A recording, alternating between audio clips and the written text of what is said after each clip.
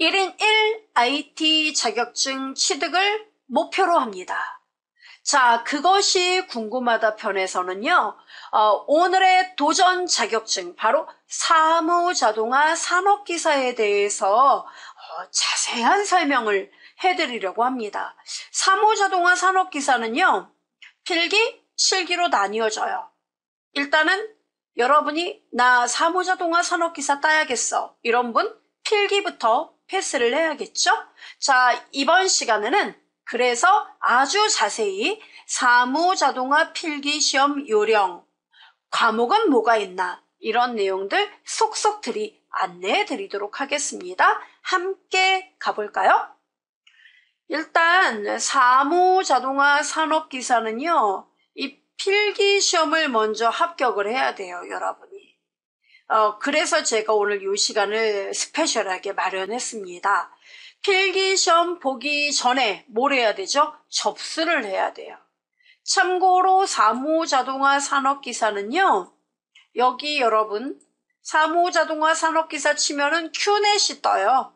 여기에서 여러분이 원서 접수를 하면 돼요. 회원 가입하시고 원서 접수를 하시면 되는데, 여기 여러분 시험 정보는 이렇게 나와 있어요.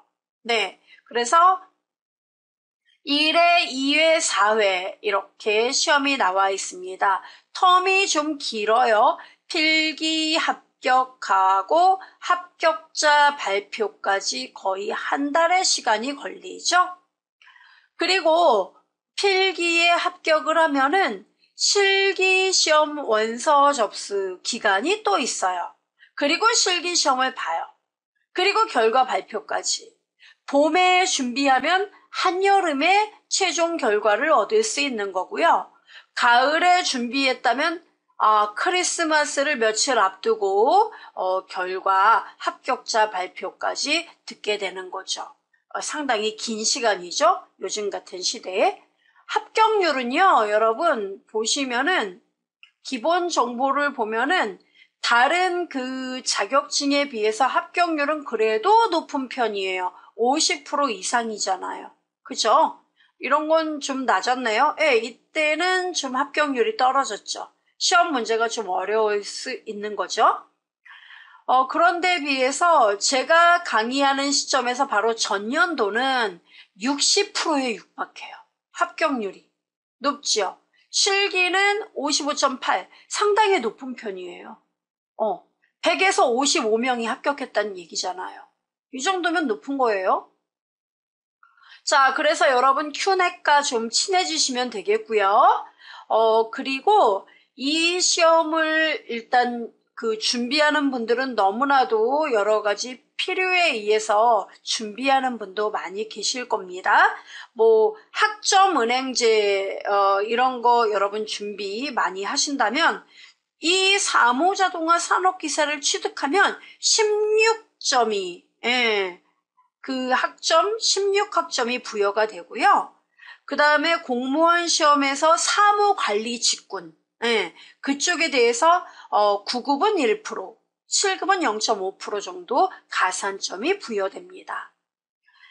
자, 그리고 필기시험 합격하고 실기를 볼 때는요, 서류가 좀 필요해요. 뭐 학교, 그래서 2년제 대학은 2학년에 재학 중인 분만 시험 볼 수 있어요. 그 다음에 학점이 41학점 이상인 이런 분들도 역시 실기시험을 볼 수 있는 자격이 주어져요. 필기 다 패스하고 나서 이야기입니다. 그리고 실기에 합격을 하고 그리고 실기시험에 또 합격을 해야지 결국 증이 나오게 되는 거죠. 자, 우리는 첫 번째 발자국부터 띄어야 되잖아요. 바로 필기시험을 합격해야 되는데요. 필기시험은 시험 시간이 2시간이에요. 2시간 동안 오로지 객관식, 사지선다형 객관식으로 문제가 출제되고요. 기존에 많이 나왔던 문제는 계속 나오게 됩니다. 그래서 출제 비중이 높은 부분 위주로 여러분이 준비를 하면은 원하는 성과를 얻을 수 있어요. 과락 있어요. 각 과목, 이 과목이 모두 4과목이에요. 우와, 4과목이나 돼요? 네, 4과목이에요. 4과목이고 그 과목을 보여드린다면 이와 같아요. 네, 그러면 제가 팁을 알려드리죠. 여러분 사무 자동화 산업기사 말고 다른 IT 자격증 보신 적이 있나요? 정보처리 기능사 많이 보시는 분 계신데요. 네, 그렇다면 그런 분들은 훨씬 수월해요. 왜냐하면은 그 정보처리라든가 컴활 시험을 보신 분들은 여기 보시면 프로그래밍 일반, 정보통신개론 이렇게 3과목, 4과목의 내용이 중첩되는 부분이 있어요. 겹치는 부분이 있다고요. 그러면 어때요? 천군만마를 얻은 거죠. 나 이 과목 낯설었는데 갑자기 친해져요. 그죠? 그럴 수 있어요. 자, 그러면 4과목이 있는데 얘네 2개는 그러니까 컴활, 정보처리 이런 애들이랑 많이 겹쳐요. 그래서 그 시험을 보신 분들은 얘를 보면서 어때요? 네가 이렇게 반가울 줄. 네, 이렇게 생각하세요. 2과목에 좀 신경을 쓰면 되겠죠? 그런데 이 2과목도 사실 여러분이 공부해 보잖아요? 밋밋해요. 공부해 보시면 밋밋해요. 이게 뭐지? 악센트가 없는 그냥 그런 내용이에요. 우선 1과목에 사무자동화 시스템이란 말 나왔죠? 그러면 얘는 이 사무자동화 산업기사 이 자격증 자체가 사무 업무에 대한 전문가잖아요. 그럼 여러분 사무 보고 있다. 뭔 얘기예요? 업무를 보고 있다는 얘기죠. 어디서? 사무실에서. 그러면 사무 업무를 가능하게 하는 거. 옛날엔 뭐였죠, 여러분? 타자기 갖다 놓고 따따따따딱 이렇게 치고 종이로 모든 거 서류 만들고 그러다 글씨 하나 틀리면 또 다시 막 지우고. 그죠? 그래서 업무 시간이 굉장히 길어졌는데 뭐가 도입되면서 컴퓨터 시스템이 도입되면서 거기다 뭐 네트워크가 발전하면서 업무 어때요? 진짜 빠르죠? 네, 빨라요. 그래서 뭡니까? 그 옛날 같으면은 출장도 자주 가고 막 그랬잖아요. 근데 지금은 어때요?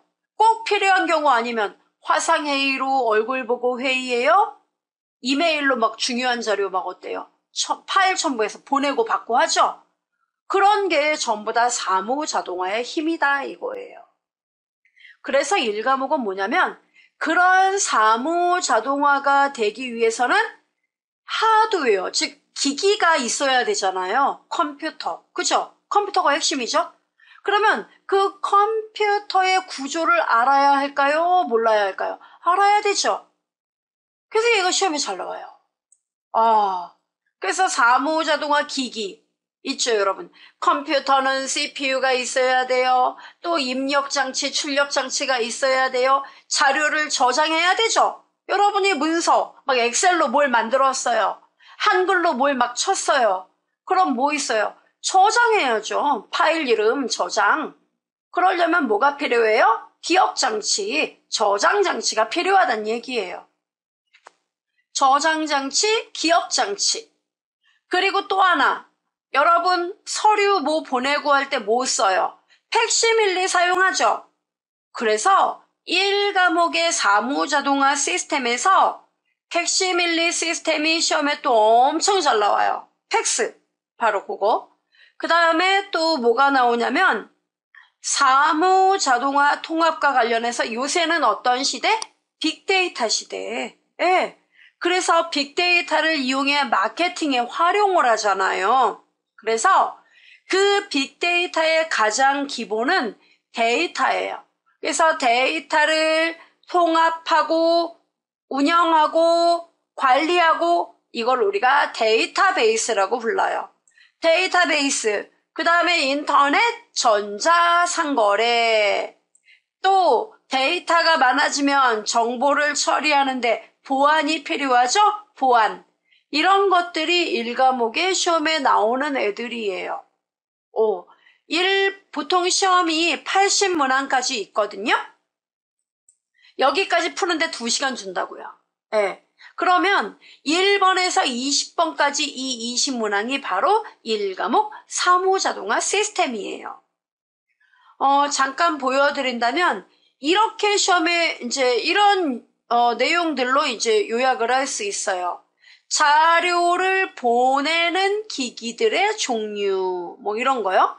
그래서 팩스로도 자료 보내고 이메일로도 보내고 또는 뭐예요? 멀리 떨어져 있는 사람끼리 모여서 회의하죠. 화상회의 같은 거 하죠. 원격회의라고 불러요. 다기능 전화기 이런 것들이 모두 자료 전송기기인데요. 그 중에서도 바로 팩시밀리가 시험에 또 벌써 역사와 전통을 자랑해요. 되게 많이 나왔었거든요. 팩스 여러분 생각해 보세요. 팩스 안 보내보신 분 계세요? 보내보셨죠, 많이. 네. 안 보내보신 분은 문구점, 세무서 이런 데 가보면은 요새는 그 공공기관 같은 데서도 서비스 차원에서 팩스 인쇄 이런 거 할 수 있게끔 많이 해놨죠. 그럼 얘는 뭐예요? 문자, 도표 등의, 그러니까 우리 주로 이제 무슨 서류 같은 거 많이 팩스로 보내잖아요. 그죠? 그런 정지 화상 정보를 다수의 아주 작은 화소로 나누어서 어떤 신호? 전기적 신호로 변환해서 전기통신회선이나 전파로 전송하여 다시 받는 쪽에선 어때요? 원래대로 그 문서가 보이게끔 하는 기술을 말합니다. 이게 팩스예요. 그렇죠? 그리고 자료를 저장하는 기기의 종류가 나왔는데 여러분 우리 C 드라이브 보통 뭐예요? 하드디스크죠? 컴퓨터에 또 조그만 거 뭐예요 여러분? USB 메모리 여기다 자료 저장하죠. 그 다음에 CD-롬, DVD 이런 데도 저장하죠. 이걸 광디스크라고 불러요. 그 다음에 마이크로필름 콤, 사실 마이크로필름 콤 이런 거는 비슷한 그런 기기라고 보시면 돼요. 단 콤 같은 경우에는 대용량이에요. 그래서 뭐냐면은 그 마이크로필름에 문서, 도면과 같은 각종 정보를 정밀 축소 촬영해서 보관하기 알맞은 게 마이크로필름이에요. 그죠? 그리고 이러한 그 종이에 써있는 모든 지면에 들어간 활자로 되어 있는 이런 내용은 오래되면 종이가 어떻게 돼요? 누렇게 변색되고 푸석푸석해지고 이런 문제가 생기잖아요. 그죠? 그래서 이거를 마이크로필름 이런 데다가 잘 저장을 해서 가지고 있어요. 반영구적으로 가질 수 있다고요. 그게 바로 콤 시스템이에요. 네. 그리고 CAR은 마이크로필름에 저장된 정보를 컴퓨터를 이용해서 이제 검색해 주는 거. 됐죠? 그러니까 마이크로필름을 이용해서 자료를 종이 같은 그런 이제 문서로 된 거를 다 촬영해서 이것을 여러 개를 가지고 있는 거, 반영구적으로 갖고 있는 게 콤 시스템이고 그것을 검색을 해주는 거, 그 안에 자료를 검색해주는 게 CAR. 됐죠? 이런 거 COM, CAR 이런 건 시험에 되게 잘 나와요. 그 다음에 데이터베이스 시험에 또 빼놓지 않고 잘 나오는 애입니다. 막 5-6개씩 나와요. 데이터베이스가. 그래서 이것도 정보 처리 시험 준비하신 분들은 하나님 땡큐 이렇게 하고 문제 답 곧바로 준비 안 하고도 맞출 수 있어요. 얘 데이터베이스는 일단은 대용량의 데이터예요. 그래서 통합된 데이터입니다. 그러니까 쓸데없이 중복되는 건 다 빼버리고 다 합하자. 이게 통합된 데이터라고 불러요. 따라서 데이터베이스 나오면 중복을 최소화한 데이터들의 집합이다. 이렇게 알아둬야 돼요. 그러니까 중복이란 말이 나오면 최소화, 배제.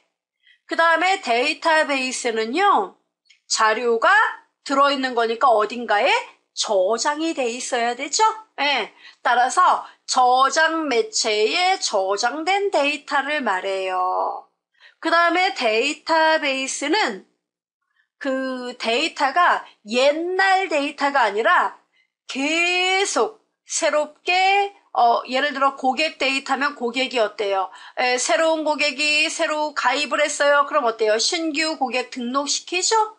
그 다음에 이 고객들 조회도 많이 하죠? 그 다음 고객이 탈퇴하면 어때요? 삭제해야 되죠?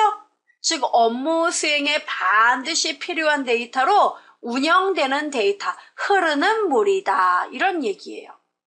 그 다음 데이터베이스의 데이터들은 업무상 여러 사용자가 함께 공동으로 사용하는 데이터이다. 됐죠? 이런 특징 묻는 거 자체가 시험에 잘 나와요. 그리고 관련 기출문제 난이도 한번 볼까요? 1과목의 난이도 이렇게 나와요. 자료 저장 기기로서 종이에 인쇄된 정보를 축소 촬영한 필름, 이게 뭐예요? 마이크로필름에 저장하는 기기는 뭐예요? 이건 검색하는 거라 그랬죠? 그럼 뭐라 그랬어요? 컴퓨터 아웃풋 마이크로필름. 벌써 답 나왔네요. 마이크로필름 여기 있네. 그죠? 2번이에요. 그 다음에 2번 문자, 도표, 사진 등의 정지 화상을 화소로 분배하여 이 말 나오면 답 나와야 돼요. 뭐예요? 복사기 고르면 섭섭해요. 팩시밀리. 데이터베이스 장점으로 옳지 않은 거 중복이 어떻다고요? 최소화. 여러분 그리고 문제를 푸실 때는요. 우리는 이 시험은 무조건 패스가 목적이고 만점이 목적이 아니에요. 그래서 시험을 보실 때는 반드시 문제를 다 읽어보고 끝까지 옳은 건지 옳지 않은 건지 체크를 하시고 시험에 많이 그동안 나왔었던 부분을 집중적으로 공부하는 게 합격률이 높아요. 다 공부할 필요가 없단 말이에요. 그럼 이런 것도 시험에 나오는 겁니까? 저 많이 나오는 거 샘플로 지금 보여드리는 거예요. 자, 중복 최소화, 단말기를 통해 요구된 내용을 일괄 처리한다. 물리적, 논리적 독립성을 유지한다. 데이터의 손실 방지, 뭐 이렇게 나왔는데 여러분 단말기를 통해서 요구된 내용을 일괄적으로 처리한다. 이렇게 나왔는데 일괄적인 처리는 무슨 뜻이냐면 자료를 모았다가 한꺼번에 모아요. 데이터를 한꺼번에 모아요. 그래서 모아가지고 어떻게 해요? 이걸 쭉 모은 다음에 어느 순간에 한꺼번에 쫙 처리하는 거. 이게 일괄 처리예요. 이거 반대말은 실시간 처리예요. 실시간은 뭐냐면 사용자의 요구가 있으면 그 데이터 양이 많든 적든 무조건 빠르게 응답해서 처리한다는 얘기예요. 그럼 데이터베이스는 뭐냐? 실시간 처리가 됩니다. 그래서 2번이 답이에요. 이거 이렇게 교묘하게 문제를 내는 경우도 있습니다. 이게 1과목이에요. 1과목 어때요, 여러분? 너무 짧게 보여드렸나요? 자세한 내용은 사무자동화 산업기사 저희 ib96.com에 접속하시면 아주 많은 내용을 보실 수 있으세요. 그 다음에 이 과목의 사무경영관리 개론. 이제 이건 뭐냐면 실제로 여러분 이제 여기서는 기기에 대한 이야기를 했다면 여기는 이제 뭡니까? 운영을 잘해야 되잖아요. 사무실 운영해야 되는 거 아니에요. 그죠? 운영해야죠. 어떻게 운영해요? 잘한다는 얘기는 무슨 얘기죠? 효율적으로 운영한다. 효율적으로 운영하려면 어떻게 해야 되죠? 결론적으로 업무가 일사불란하게 제대로 잘 부서와 부서 간의 업무 연계성이 서로 부드럽게 이어져야 되는 거죠. 그럼 업무가 부드럽게 이어지려면 어떻게 해야 됩니까? 상호협조가 있어야 되고 또 뭐 있어야 돼요? 각각의 부서별로 표준화된 매뉴얼이 있어야 한다는 거예요. 매뉴얼. 그게 바로 사무 표준화를 말하는 거예요. 그죠? 그리고 업무를 제대로 할 수 있는지, 또 날짜를 어떻게 돼요? 정해진 날짜까지 이런 업무까지 가능해야 돼. 이런 걸 지켜야 돼. 이런 게 있어야 돼요. 사무 통제라고 불러요. 그런 것들이 모두 관리예요. 이해되죠? 또 어떤 것들이 있냐면은 여러분 이런 분 계세요. 여러분 한번 책상 한번 보실래요? 저 지금 지하철 아닌데요. 이런 분도 계시겠죠? 그럼 여러분의 사무실 또는 여러분의 책상을 생각해 보세요. 어때요? 네, 굉장히 깔끔하게 돼 있을 거라고요. 그죠? 그래서 관련 있는 자료들을 한 곳에 딱딱 묶는 거 파일링 시스템이에요. 그리고 프로그램 저작권, EDI 이런 것들에 대한 이야기가 사무 경영관리 개론이에요. 그럼 얘네들은 어떻게 구성되어 있느냐? 이런 내용이에요. 사무 통제라는 거 하나 먼저 말씀드리죠. 얘 시험에 잘 나와요. 얘는 그 사무실이 어떤 업무의 목표를 달성하기 위해서 계획된 대로 그걸 달성할 수 있도록 차질이 발생하면 안 되죠. 그래서 언제부터 언제 기간까지는 어떤 업무를 하고 언제부터 언제까지는 어떤 업무를 하겠다. 이런 계획을 딱딱 맞춰서 그 계획대로 진행되고 있는지 쉴 새 없이 피드백하는 거. 이게 통제예요. 그래서 여러분 여기 계획과 실행 간의 차이가 있는 경우 그 원인이 무엇인지 그걸 찾아내서 제거하고 생산성을 높이자. 통제는 그리고 작업이 모두 끝난 후에 이루어지면 늦지요. 그럼 어떻게 돼요? 과정별로, 즉 통제가 업무의 시작부터 업무가 끝나는 단계별로 각각 다 이루어져야 된다는 얘기예요. 그 통제 기준을 설정해서 확인, 비교, 검토 및 평가. 제대로 업무가 진행되고 있다, 안 된다. 이거를 평가를 해야 된다고요. 그리고 통제는 객관성이 수반돼야 된답니다. 주관성은 없어요. 그리고 그러한 통제를 가능하게 하는 도구들이 있는데 이런 게 우리 시험에 나와요. 그래서 시간이 없으신 분들은 여기 나와 있는 이 관리 도구들 있죠. 특히 일정표, 카드 이런 거는 기본이고 간트 차트라든가 퍼트 타임, 티클러, 독촉제도, 그 다음에 목표 관리 이런 애들이 이제 통제에 사용되고 있다는 거 정도는 암기를 해주셔야 돼요. 이 뜻은 잘 몰라도. 그 다음에 사무실의 업무를 잘하려면 어떻게 해야 돼요? 사무실 배치를 좀 잘 해봐야 되겠죠? 그래서 업무상 대사무실 주의는 커다란 사무실 한 칸에 빌딩이 한 층 하나에 전체 부서가 이 안에 다 있는 거예요. 이 사무실 하나가 뻥 뚫려 있는 거예요. 우와, 진짜로요? 예. 그럼 어떻게 될까요, 여러분? 좋은 점이요. 그쵸? 일단 이렇게 되면은 모든 사람들이 여러 부서가 한 사무실에 머물러 있기 때문에 업무상 효율적, 그러니까 협조라든가 이런 것들이 긴밀하게 이루어질 수 있어요. 그쵸? 그 다음에 업무상 상호 관련이 깊은 부서나 과는 가능한 한 어떻게 해야 돼요? 가깝게 배치해야 좀 더 긴밀하게 협조하겠죠? 방문객이 많은 부서 있죠. 민원 부서 이런 데는 문 입구 근처에 배치하는 게 좋고요. 그 다음에 장내의 업무 확장을 고려해서 부과 사이를 탄력적으로 결정하고요. 소음이 많은 부서나 과는 다른 구역에 격리하는 게 좋아요. 그 다음에 비밀을 보장해야 하는 보안부서는 특별히 다른 구역에 배치하는 게 좋다. 됐죠? 이런 거 당연한 얘기 같은데 시험에 나와요. 이렇게요. 사무통제 수단과 거리가 먼 거. 티클러 아까 있었죠? 어디요? 여기에. 그죠?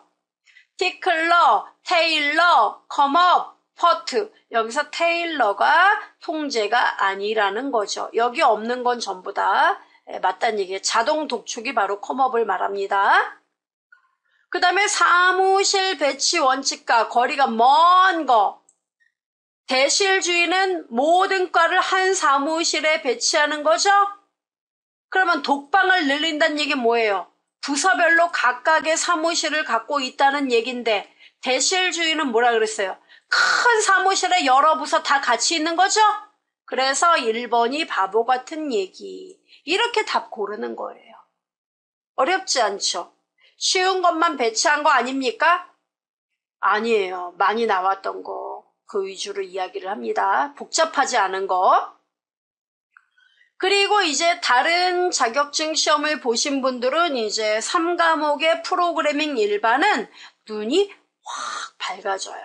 예, 얘는 프로그래밍 개요, 번역기, 컴파일러 과정, 컴파일 구문 분석 형 검사 과정, 그 다음에 자료 처리 방법, 운영체제의 개요, 운영체제의 특징, 그 다음에 운영체제와 관련한 프로세스 관리, 스케줄링, 기억장치 관리 기법 이런 것들이 정보 처리 보신 분들은 완전히 중첩되는 부분이에요. 그리고 C 언어와 관련해서는 C 언어의 특징, C 언어의 기초 문법 이런 것들이 출제가 되고 있습니다. 41에서 60번의 프로그래밍 일반이 출제돼요. 얘도 보여드릴까 해요.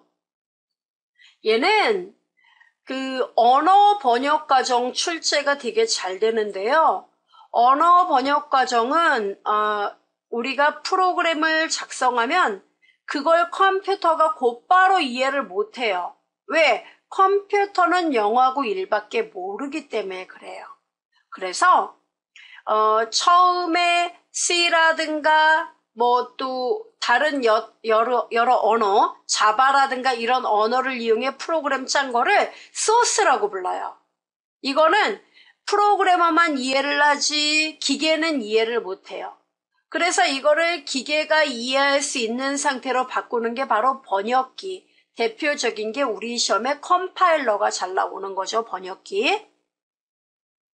그 다음에 이 기계어로 바꿨는데 기계가 무슨 내용인지 이해는 하지만 실행을 못해요. 그래서 이것을 주기억 장치로 옮겨서 실행될 수 있게끔 만드는 게 로드 모듈, 요걸로 바꿔주는 게 편집기, 링키지 에디터라고 불러요. 됐죠? 그런데 중요한 거는 이때 원시 프로그램에서 목적 프로그램, 즉 기계가 이해하는 단계로 이렇게 넘어갈 때 에러가 발생하는 경우도 있고 에러가 발생할 수 있어요. 또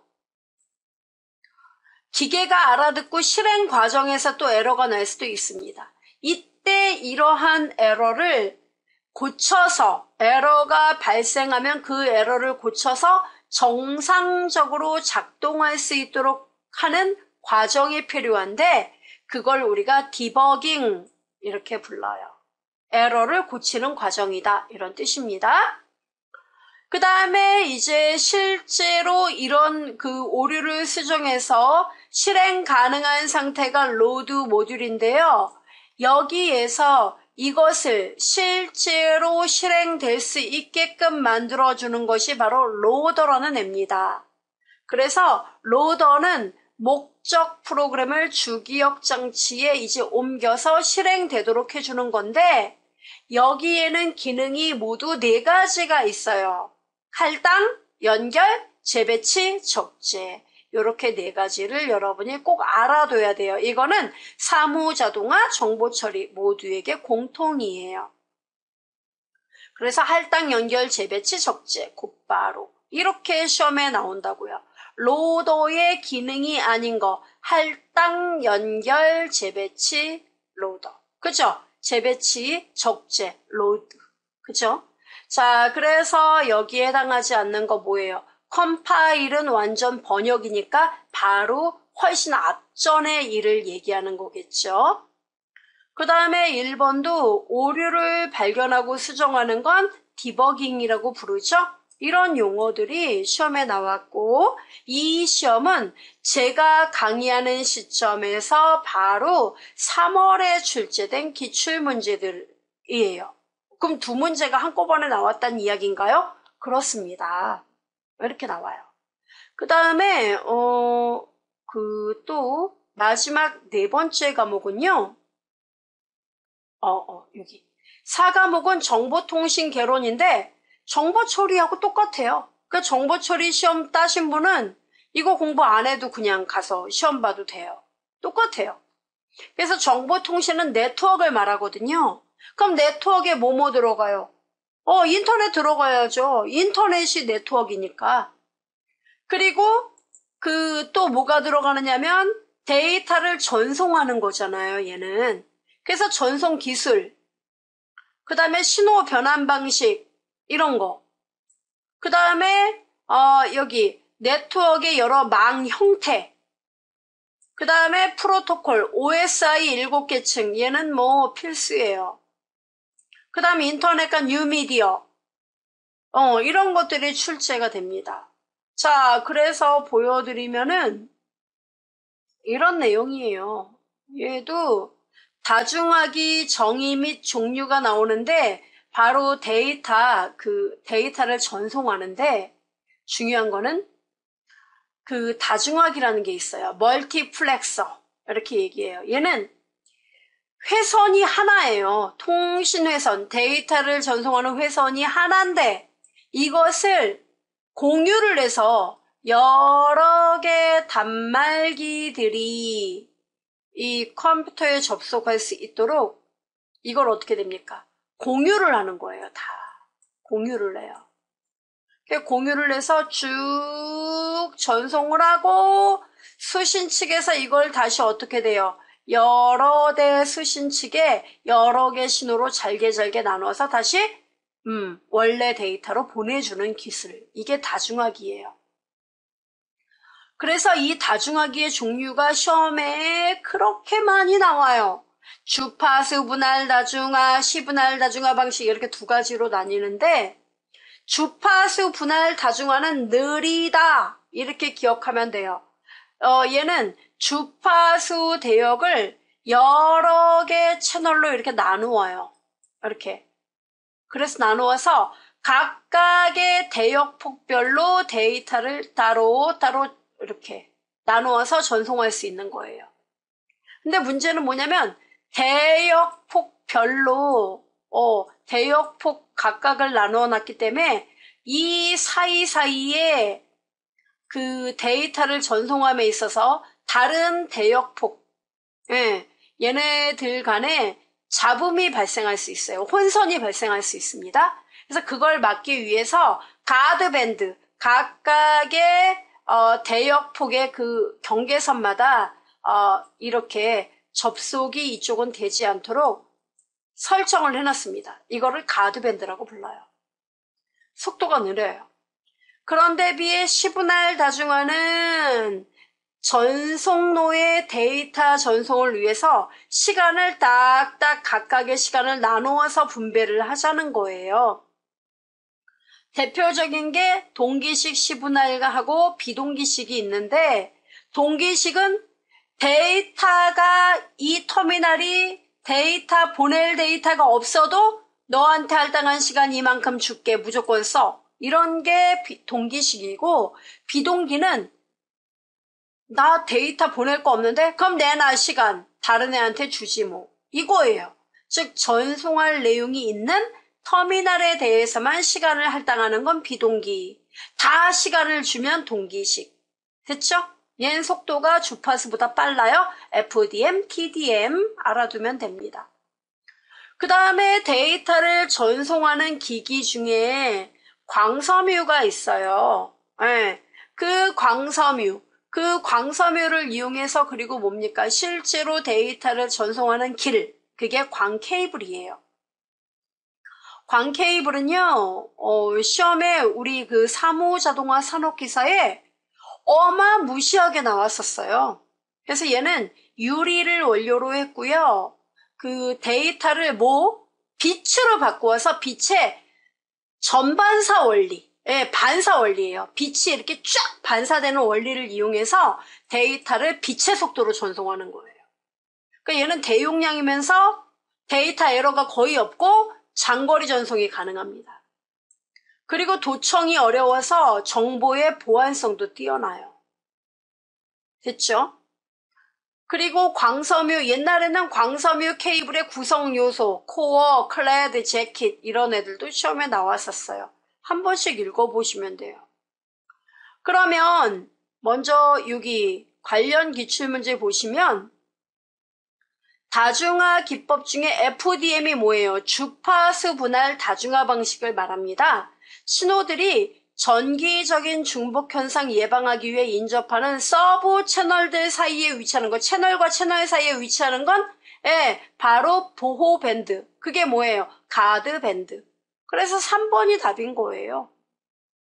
그 다음에 광섬유 케이블이 빛의 어떤 현상? 전반사, 반사. 됐죠? 그래서 3번. 이런 내용들이 시험 요 정도 난이도로 문제를 그렇게 꼬지 않아요. 꼬지 않고 단편적인 문제들이 이렇게 출제가 된다는 사실이에요.